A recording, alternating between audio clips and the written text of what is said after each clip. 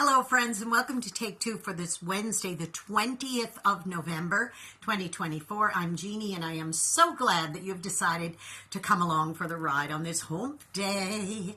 Well, I am going to borrow today's message from my good friend, Richard Landerman. He filled in for our pastor who was away for the weekend this past Sunday at Dothan Vineyard Church, and he gave a really fine message. And right towards the end, he wanted to kind of do a little illustration. So he repeated a story he had heard many years ago, and I thought, wow, this is really good. And I thought, I'm going to share this on my next Take Two. And it's a story about a man who was a member of a church for many years, and then he got disillusioned, and he just didn't want to be around other people, and he decided to just stop going.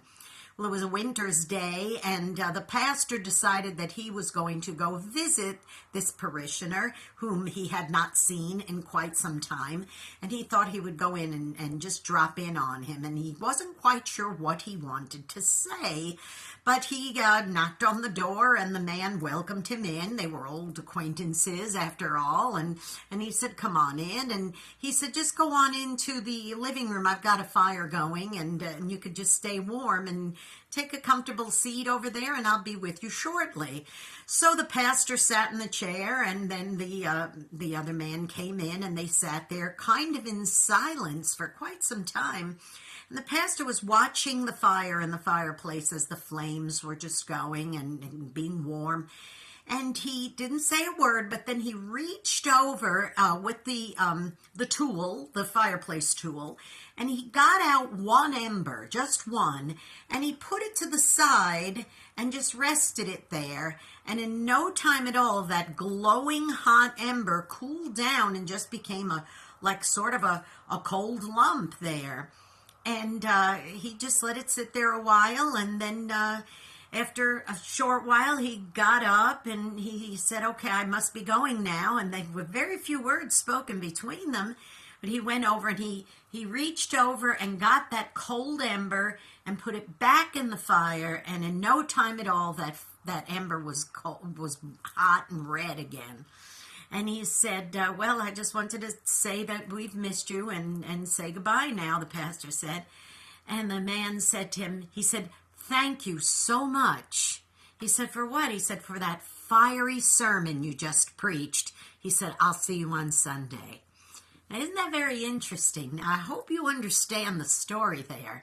And what he was trying to say was that when a fire is burning, when a group of people are all together and thriving, and then all of a sudden one of those embers is taken away, it goes cool, it goes cold, it doesn't have a function, it ceases sometimes to even exist. And that's what it's like with people. When we are cohesively in a group together, whether it's a church family, whether it's a real family, or whether it's maybe a club that you're part of or a group that you're a part of, and you separate yourself just because you don't want to be around anybody. And now please, I'm bringing some balance here. I'm not talking about separating yourself from toxic people who are harmful to you. I'm not saying that at all. What I'm saying is if you are part of something that's good and growing and wonderful, and you decide, I don't want to do that anymore, and you separate yourself, a lot of times it proves very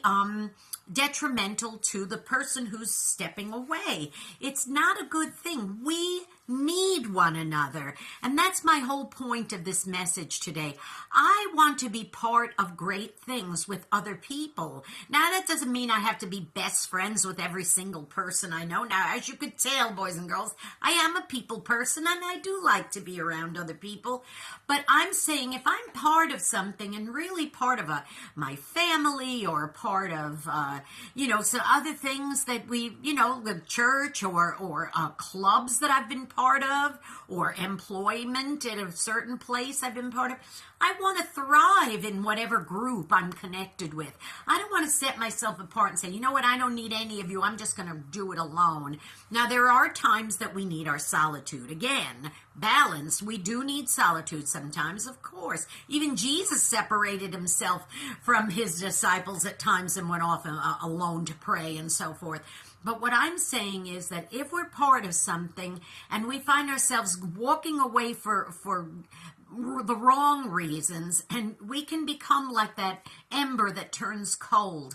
Don't you want to be part of a thriving, burning fireplace, a big, thriving group of people? I know I do, because boys and girls, this is what it comes down to. We need each other, okay? Now listen, go out and be a blessing to somebody today, because you may end up being the only one who is, especially if you know someone who's become a cold ember and you want to welcome them back in so that they could thrive and be warm and glowing again. You do that, okay? And listen, don't forget, another way that you could be part of my little group here is by following me on X. It's at Jeannie, N-Y woman, at the little at sign, Jeanne-Ny woman.